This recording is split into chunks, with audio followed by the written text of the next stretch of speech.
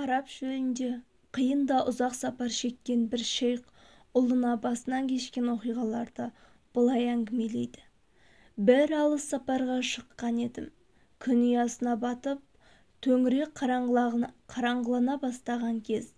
Алыстан көзіме көрінген үйге қарай тура жүгірдім.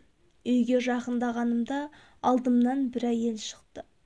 Жалғыз екенімді көргенде қайран қалып, "Сіз кімсіз? Бұл жерде не іздеп жүрсіз?" деді. Мен "Құдай қонақпын" дедім. Әйелдің қабағы түйіліп үндемеді. Менімен ешқандай жұмысы болмай тамақ дайындауға кірісті. Дастарханды әзірлеп, ас ішуге кірісті. Бәрін жалап-жұқтап жеп алды. Бір кезде қолында сүт құйылған бақыры бар күйеуі келді. Мені көріп, "Бұл адам кім?" деп сұрады. Әйел еш мән берместен, "Құдай қонақпын дейді ғой" деп жауап берді. Әлгі кісі маған күлімсірей жақындап, "Амансыз ба? Қош келдіңіз. Келгеніңізге қуаныштымын" деп бір тостаған сүт ұсынды. "Қарныңыз аш шығар. Bir нәрсе жедіңіз бе?" деп сұрады. Мен "Иә, ашпын" дегенімше әйеліне ұрса жөнелді. Екеуінің арасында ұрыс басталды. "Ұят емес пе? Қарныңды нығыздап тойдырасың да қонаққа бір тілім нан беру ойыңа да келмейді" деді әйел. "Оған не үшін тамақ беремін? Өзімнен бір тілімде нан ауыспады" деді. Күйеуі ашуланып далаға шығып кетті. Мен де мынау не істемекші екен деп артынан ақырын басып сыртқа шықтым. Сол кезде менің не көргенімді білсең ғой. Әлгі кісі менің түйемді жерге жығып сойып жатыр еді. Ішім қатты ашыды, бірақ еш нәрсе демедім. Таң тамаша қалдым. Үй иесі өзімнің түйемнің етін өзіме сыйламақшы, өз-өзіме. Мұны да көрдік. Енді мына шөлде жаяу қалым деп ойладым.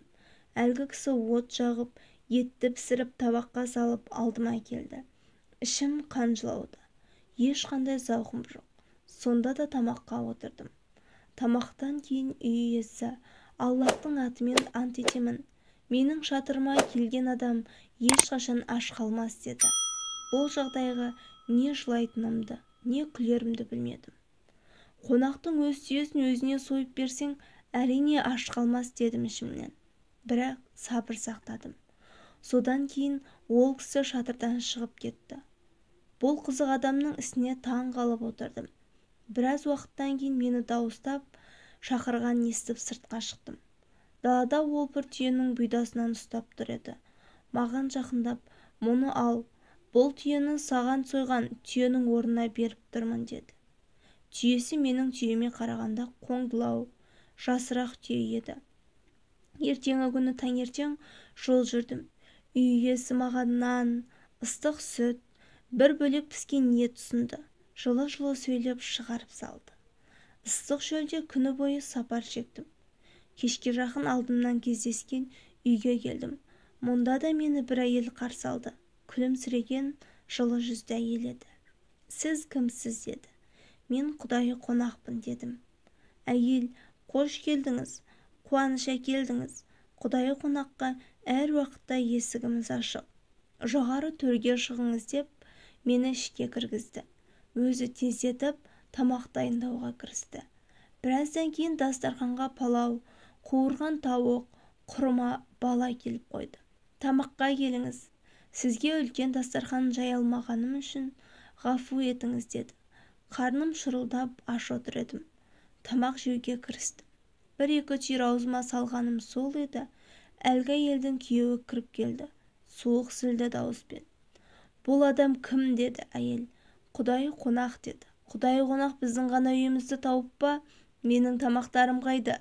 Әкел тезірек" деді отағасы. Әйел "Үйдегі бар тамақты қонаққа бердім" деді.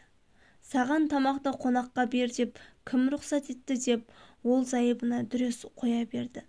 Екеуінің арасында ұрыс басталды. Мен шыдай алмай күліп жібердім. Үй иесі маған сұсты қарап, "Неге күлесің?" деп сұрады. Мен басымнан өткен оқиғаны айтып бердім. Отағасы: "Ол айтқан әйеліңіз менің қарындасым, ал оның күйеуі әйелімнің ағасы" деді. Бұл кездейсоқ жағдайға таң тамаша қалдым. Әр нәрсе тегіне тартады екен ғой деп ойландым.